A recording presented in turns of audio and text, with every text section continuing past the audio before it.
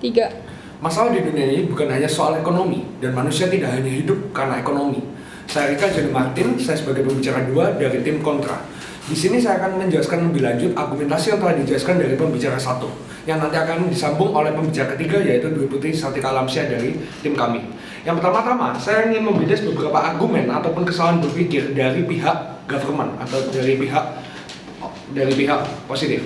Yang pertama adalah pihak positif seakan-akan memposisikan bahwa ekonomi adalah suatu faktor yang segala-galanya dan sangat mempengaruhi berbagai aspek dalam kehidupan manusia. Seperti yang kata-kata saya di awal, bahwa faktor ekonomi bukan hanya yang mempengaruhi, satu-satunya mempengaruhi dari faktor kehidupan manusia. Banyak faktor yang mempengaruhi kehidupan manusia. Sehingga alangkah ironisnya ketika pemerintah ingin menetapkan bahwa suatu pembatasan bagi gerakan sosial hanya ke sektor ekonomi atau hanya berfokus ke sektor ekonomi, sedangkan berbagai permasalahan yang dialami oleh manusia, yang dialami oleh masyarakat ini sangatlah kompleks dan sangatlah banyak, bukan hanya dalam bidang ekonomi saja. Itu yang pertama.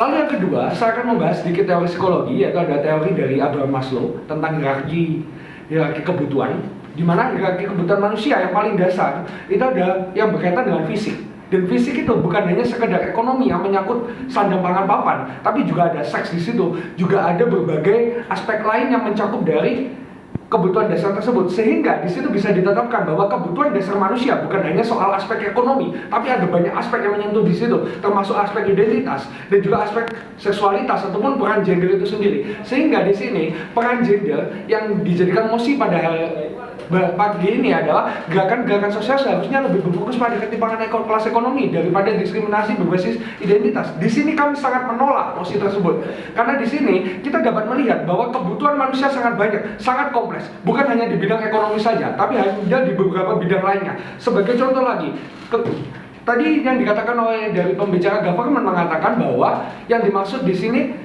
adalah kelas ekonomi seakan-akan menjadi momok bagi para masyarakat dan menjadi sumber dari diskriminasi. Kita mengetahui bahwa dari tim government mengatakan bahwa kaum wanita yang didiskriminasi secara gender diakibatkan oleh ekonomi.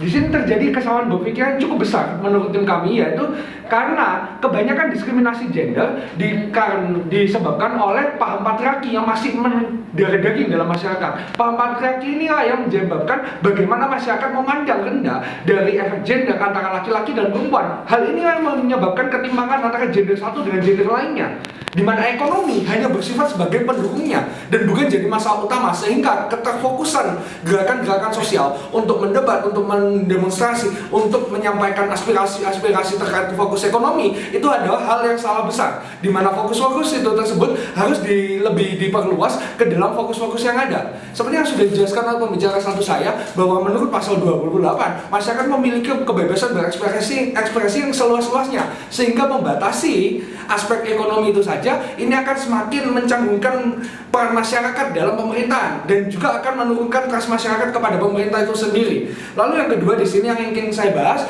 bagaimana mekanisme ataupun solusi kami lebih lanjut yang sudah ditawarkan dari pembicara satu saya, yaitu adalah mengedepankan audiensi dan juga mediasi. Audiensi yang kami maksud di sini adalah ketika pemerintah atau pihak-pihak dari pemerintah dapat memaksimalkan proses audiensi, bukan menunda-nunda. Jadi ketika ada massa yang melakukan gerakan-gerakan sosial, pemerintah atau pihak-pihak dari pemerintah dengan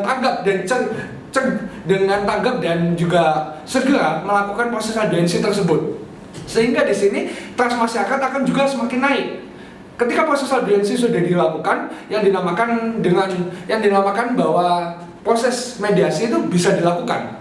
Nah, ketika proses ini dilakukan dengan efektif dan efisien, kita bisa menindaklanjuti dengan lebih baik, yaitu dengan mengoptimalisasi kinerja para wakil-wakil rakyat, para pihak-pihak pemerintah untuk mengeksekusi dari aspirasi-aspirasi rakyat tersebut. Nah, ketika optimalisasi itu sudah dilakukan, maka bisa dilakukan proses evaluasi untuk mengevaluasi mana yang lebih urgent, mana yang lebih tidak. Jadi yang terakhir ingin kita sampaikan di sini adalah bahwa gerakan sosial tidak bisa dibatasi hanya dengan faktor ekonomi, karena akan menimbulkan banyak diskriminasi lebih lanjut ketika itu dilakukan. Terima kasih.